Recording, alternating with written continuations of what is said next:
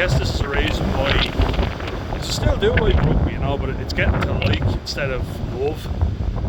And I think that's for a number of reasons. So, I've talked about it before, but my mum, when I was very young now, she would never remember where she was going. She'd always forget or get lost. She got very easily flustered. And I'd have the phone and I'd read out the directions as they came up to her. And she'd scream and go, "Oh, what? Give me that." She'd grab the phone off me. I'd say, "Oh, we're lost. For fuck's sake, Dan. Read it out faster. I need it faster." And if anyone knows Google Maps in Ireland, it's a fucking disaster. It's horrendous because you never update the website or the roads, because roadworks are getting done all the time. Roads never stay the same in Ireland. But she would take it out on me, and then she'd say, "I was nervous for you. I wanted you to get to your game." I said, "I just want to go home. I play this." And one day I said to her, "I'm sick of you, Probably shouldn't have, but she was being very aggressive for no reason. But then using the fact that she drove me to a rugby game as leverage. I was I didn't even want the fucking play. I was so stressed from the journey alone. I just wanted to go home. I asked you, could we just go home? Oh, my dad's screaming at me, "Get out of the car and go training. What do you want me to do? Hold your fucking hand." That's not being a good man or a good mother, a good woman, And that's the thing I've learned. And going back to that blitz, so you can just imagine the stress of merely going to a session. Look at me with my merely. But after my game, my brother was playing. And my mum was,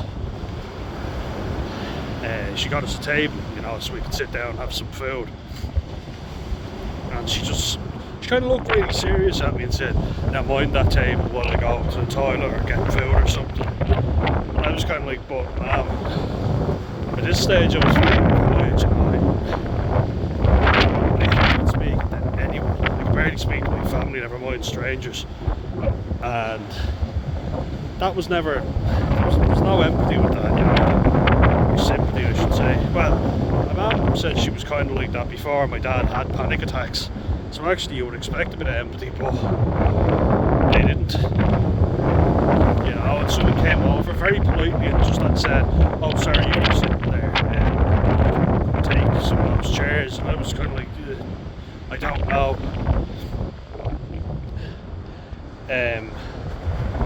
I thought we had enough, so I said yeah. And then instead of calmly coming over and asking them, or saying to them, my mum could have said, "Sorry, we are using them." She screamed at me, and I was kind of like, that's not fair. And I couldn't say anything back at this stage. Like, I had no ability to stand up for myself. The only way I knew was physical. Does not make me sound like a toxic man, but I don't mean like I was lashing out at everybody, but if someone said something to me, I had no defense mechanism, If someone hit me, I'd hit them back. I didn't go out looking for trouble. That's kind of what I'm getting at. Verbally, if people said something to me, I had no idea what to say. I hated talking to people in a polite way, pleasant way. So in a confrontational way. No, I'd never let them, walk all over me and take stuff off me. But I didn't know what to say back. And I felt quite demoralised because I wasn't defending them. I did stand up for myself. Why am I talking about that and, being a good man? Because all I've seen is people be cowards. Whenever pressure comes on, they leave. They don't stick around. That's not being a good man. I think a lot of people are full of shit. I think a lot of people act like they've never made a mistake in their life when we all have. It's part of being a human, Like, for instance, I'm ashamed of myself that I picked up my kids. It was done to me, but unfortunately, violence begets violence. That's very true, and I think people don't realise that. Teachers are clueless, they're very clueless with stuff like that. And I kind of thought to myself, if I killed myself, people would say what a tragedy, but they never put a stop to it. Nobody ever stood up for me. The only people that ever stood up for me, and I'm being dead honest, were strangers. Usually mates of fellas who were slagging me off, you know, and this is when I was quite bad. So to be the group of 6 lads saying stuff to me, and I was kind of just really anxious, really nervous, and I was saving all my energy, because actually, if you're autistic or have ADHD or a neurodivergent, you'll know that it takes energy to say stuff. And what I was thinking was, I want to save all my energy for if they try to attack me, because that was always something that people were trying to do, was get me battered, you know. But one of their mates was actually one who said, leave the fella alone. And I went over to him afterwards and I thanked him. I said, thanks mate, appreciate that. You know, he stood up for me when nobody else was. Certainly my friends didn't, you know, not really. There were some of them now who looked after me when I was very drunk, and I have to commend them on that. But in terms of confronting a fella and saying don't speak to him that way, or, you know, telling someone you're wrong, you shouldn't talk to him like that, nobody ever really did that, you know. So I don't know what that looks like. You know, other people had their bigger cousins or their bigger brother to come and look after them, their mates and whatever. I never had that.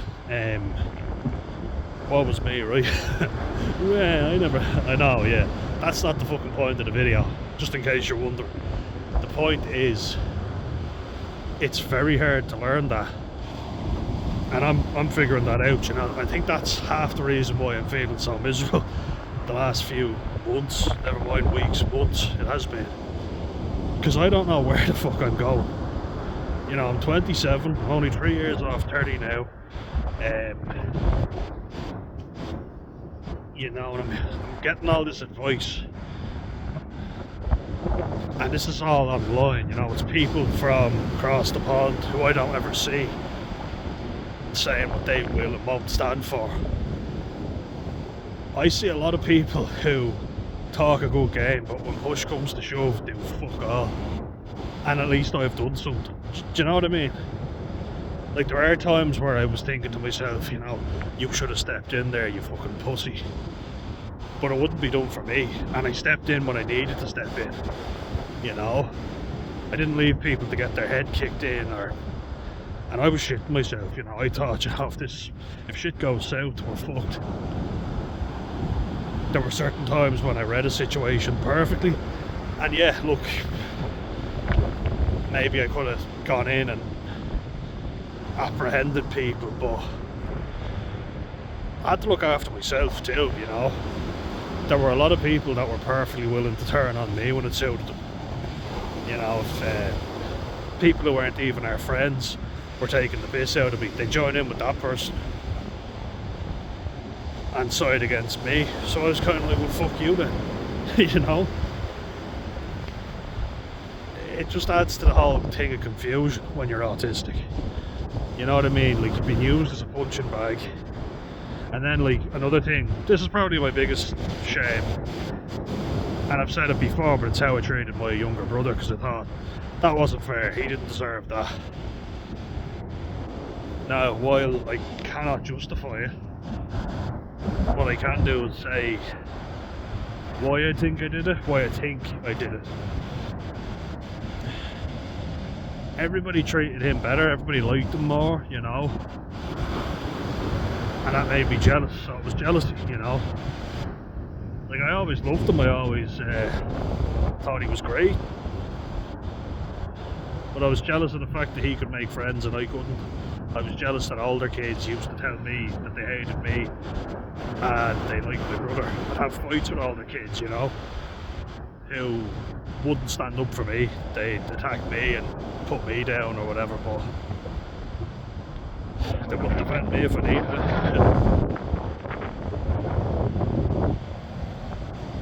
it. It's a tricky one, you know, it is. Because it's very easy for people who've made friends all their lives and, you know, have a selection. They have a lot of people to choose from. And the people I'm trying to reach out to are not those people, you know, who were popular in school, who made a lot of friends and then got to decide who they kept and who they let go. I was just happy to have anyone. you know, and I know there's a lot of people like that out there. A lot more people than there are people who are cool, and there's a lot of people sucking up to them as well, you know. A lot of people who will claim, you know, to be advocates for the little guy or disabled people. That does my fucking head in when I see it, you know. They act like if anyone in need was struggling, they'd be the first there to help. But they bullied kids who were disabled in school. Usually with autism, unfortunately, has a high comorbidity with bullying. Very high. You know, because they're saying it's fair game. I suppose people are evil enough to bully someone with Down syndrome, you know, where you can see a visible disability. You see how disgusting people really are. But virtue signaling is huge now, you know. I think it takes more balls and courage to actually admit I didn't act correctly there. It's all about how you go forward. I've done things I'm ashamed of, and I haven't done things that I wish I had done. Why didn't I do them? Because I was absolutely paralysed with anxiety. And I couldn't help it. No matter what I tried to do, I had that tension in my neck, shallow breath. I just wanted to run, I wanted to leave the room. You know, I'd well up and I'd nearly cry. And imagine if you cry in front of people when you're trying to defend yourself, you'll be embarrassed. You know, and that's something that I was always afraid of. So I kind of thought, you know, maybe push someone, like you physically push them instead of saying anything. And if they respond physically, then at least you can do something, you can fight. But when people would say stuff to me or call me out in front of people and embarrass me, that was worse for me because I used to get really welled up. And like I was on Monday, just gone, that was very uncomfortable. That made me feel like I was back at my worst. And I felt like not this shit again, you know. I thought I was fucking over it. And I know there's a lot more people like me in the world than there are people who claim to be the warrior for justice. There's a lot of fuckers claiming to be warriors for justice. They'll turn up when it's convenient for them. And unfortunately that's a lot of people nowadays that we see online. I want to admit that I haven't done things I wish I had done. A lot of times I looked out for number one. But then again, I had enough of my own fucking problems, you know, and not saying it was right, but you go into survival mode. And I also feel like loyalty goes both ways. A lot of people, when they were, you know, when the chips were up for them, they turned their back on me. They didn't see me, they didn't make an effort with me because they had other options. I was convenient, you know, and I was just happy to have anyone.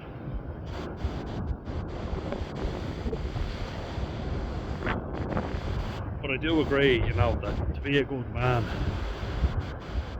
is to go, look, I won't stand for this anymore. You'll realise that in your own time though. Don't feel like you have to cut everybody out now. There's a lot of bad people out in the world, a lot of fake fucking people, you know.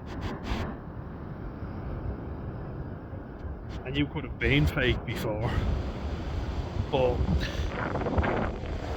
doesn't mean you have to stay that way. You can become genuine. That means admitting to vulnerabilities and flaws. You know, and a majority of people can do something like go socialising and not feel cripplingly anxious. Of course it's going to make someone like me who is that way, you know. And not only that, I look like I shouldn't be that way. You know, I'm 6'4" and over 110 kilos. What have I got to be anxious about? That was always used. That's more convenient, you know. The men in my family said that.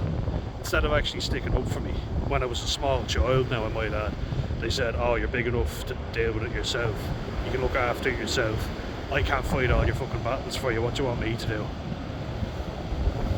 I guess because I never went home with, you know, torn clothes or black eyes. Well, sometimes I did, mutual fights. But as I said, my dad just hit me. Didn't want to know, just hit me. Whack, you've been fighting, you're in trouble now. I don't care who started it. My parents didn't like confronting anyone, you know. And I feel let down by them a lot of times. Yet I still chose to go and confront people on my mum's behalf, my brother's behalf, Alfie's behalf, you know. I'd do anything for that lovely fella, that beautiful dog of ours, you know. I felt guilty when he got attacked, you know, and my brother, in fairness, he shouldn't have let him out with the boot, but it wasn't his fault that a prick of a dog attacked him. I guess there's no bad dog. I still love all dogs, you know. Take a lot for me to hate a dog. And I suppose he got a fright. It's not necessarily his fault, it's the owner's fault, you know. He should have looked after him.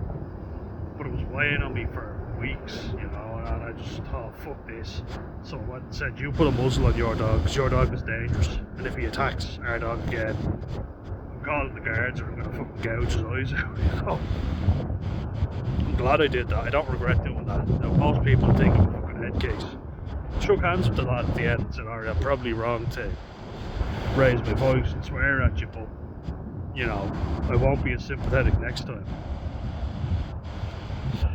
And it's tough for autistic people to advocate for ourselves, never mind anyone else. A lot of people tell me to be selfish, which, you know, I think in a lot of cases, yeah. I also do think that there's a place for you can't look after anyone else until you look after yourself. You're not in any place to do it. And I have done it, you know, like I have put myself in situations, stuck my fucking neck out when I had no desire to get involved. You talk about those two incidents on the bus, you know, where I did confront someone and told them to behave themselves. Stop fucking attacking someone and get off the bus, which they eventually did. Split up a couple that were fighting, you know, and smoking and drinking down the back of the bus. Now whose place is it to tell them to stop smoking and drinking? The fucking bus driver, I would say. The security that is non-existent on Irish public transport, might I add.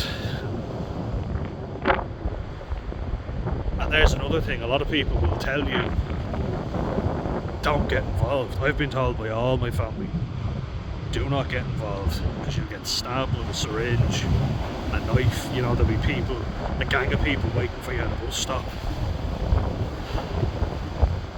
So I get that as well, you know. I think it's very easy for people to say, have your morals, what you will and you won't stand for. That's very grand, and, you know, people put that out there like, it sounds wonderful, doesn't it? It sounds great, but what about when you're actually in the shit? Just checking how much battery I have for another rant.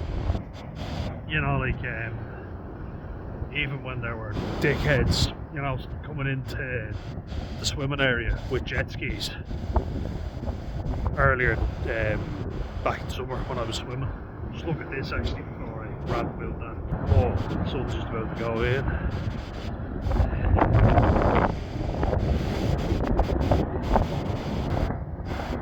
Well, yeah, like when they were on the jet skis, looking like they could injure someone. What would the macho thing have been? Go up, confront them, you know, beat the shit out of 6 lads, take the jet ski off them and smash it, you know, yeah. There's probably some dickhead who'd say that they did that, but the reality is, they'll probably tell you to fuck off. There's only you, and there's loads of them. Everybody else will probably be a bystander while you got your fucking head kicked in. So I was like, no, everybody's sitting around talking, I'm gonna ring the Coast Guard. Because I'm scared that those kids are going to get hit by a jet ski. Instead of, you know, strumming my own ego by saying, oh, I went over there and I spoke to them. I thought, no, I need to make sure those kids don't get hit with a jet ski. This is dangerous. And I put that to the side and I called. Everybody was talking about it, but I was like, they wouldn't even ring. And you know, that's the thing, you look at the bystander effect. Kitty Genovese. I wonder if she was related to the Genovese crime family in New York. The Italian Americans. She was stabbed though about 30 times, I think. Nobody even bothered to call the police. So like, look, I can see an argument, even if you're a man, you know, like, I understand it's more of a man's thing to intervene, especially when a man's attacking a woman. I would believe you should intervene. You know, even if it's a man getting attacked. You know, and I have intervened. You know, when it wasn't seen as the smart thing to do or the wise thing to do. I can tell you a majority of people, a vast majority, did fuck all. Vast majority now. What does that tell you? I'm one who struggles with my anxiety so much, you know, can barely speak some days, and I still put myself out there, you know. And I'm saying this to give you hope that there is a way you can do it, you know. I saw seals twice now. My mum actually called Seal Rescue Ireland the second time. She took a picture. I have videos, which I didn't send in. I didn't get a chance to. It didn't download for me. You know, the Wi-Fi was bad. The 4G down here was terrible. But I saw a seal and made a little friend, and I thought, I'm worried for the little guys, so I'm going to call Seal Rescue Ireland. You know, that's how I am.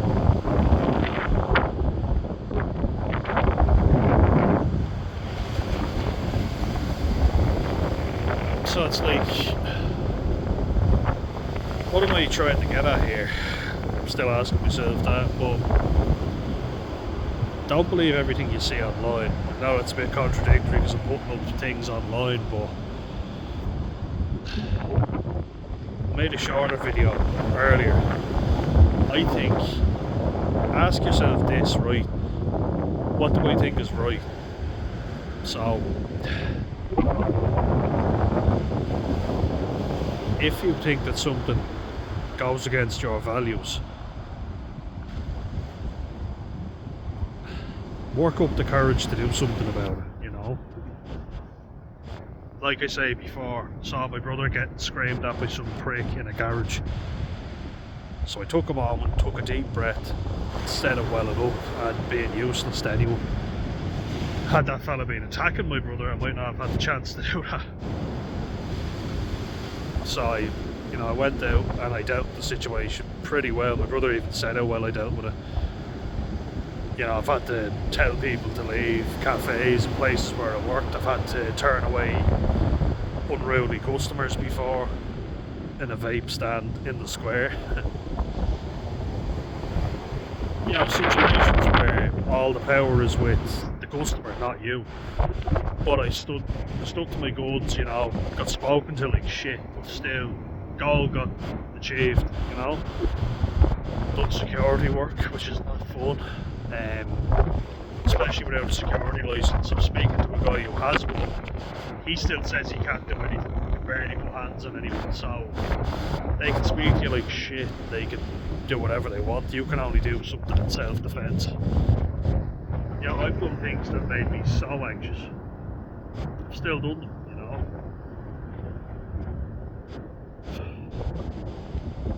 That makes me feel more comfortable in knowing what does and doesn't work for me, but I'm also very anxious now because I feel like a pussy, you know, I feel like I didn't do enough, but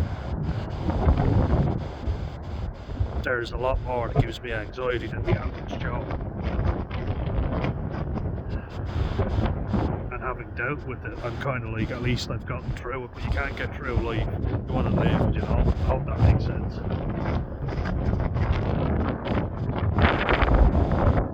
Like, I put pressure on myself because there were a few lads who played under 19 rugby league with my brother. You know, they were kind of slagging him in a game or chatting to him, having a bit of banter. And just 2 months previously, not even 2 months, I tried to kill myself. And I was like, oh, why didn't I say something in the game? I nearly had a panic attack on the pitch. I thought I was going to die. I was on a lot of medication. I was severely out of breath. I couldn't breathe. I was sweating. I shouldn't have been there. Yeah, I shouldn't have been on the pitch. I was in a terrible state. I kind of put a shoulder into the fella instead, you know, to hurt him. But I was kind of thinking I should have made a scene for my brother, you know. Wouldn't that have been, he said when I confronted his former bully earlier this year, he thought it was selfish and I was doing it for myself, so maybe that's what that would have been, and maybe he would have given out to me for it. You know, he always, I forgot about this, but he always hated me intervening. He wanted to do it himself, so I kind of thought, okay, alright. It was nothing severe, but I just kind of felt like you should have gone, oh, shut the fuck up, or not taking into account that someone who runs out in front of a car to try and kill themselves probably is not in the best headspace to be on a rugby pitch while on 150 milligrams of sertraline. Shouldn't have been anywhere, you know, shouldn't have been anywhere near that fucking pitch. That's the truth. Couldn't look after myself, never mind my brother. You know, and if anyone hit him, I would have been there, you know, at least I would have thrown myself in the way. But you do beat yourself up, you know. You're like, I should have done something, but that's why I say get your mind sorted. Now that I'm not putting pressure on myself, you know, to be in, sorry, oh yeah, it's still there. To be a nice guy, to play every game, I kind of feel like I know myself better now. Now that I'm a good human being and I try and do the right thing. Sorry, I'm just gonna put the, I can't, never mind. This song, battery's nearly dead. I'll just finish with saying, don't take advice from people who are doing well. You know, you need to do yourself well first. You know, you can't help anyone else till you help yourself. I don't even know myself properly yet, you know, how the fuck am I supposed to help anyone else?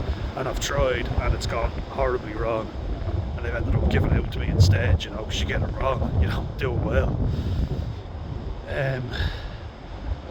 People are full of shit as well. A lot of people are full of shit and act like they're justice warriors when they're not.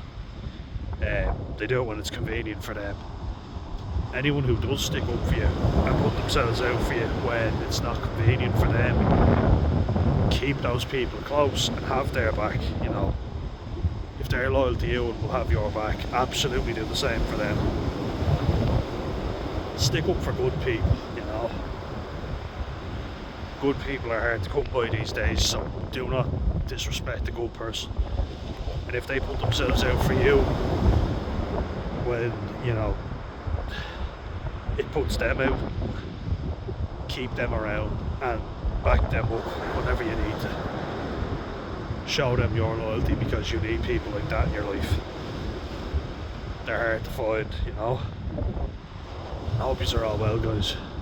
Stay well, look after yourselves and get yourselves right before you get anyone else right. Okay, and I'll finish on that. See ya.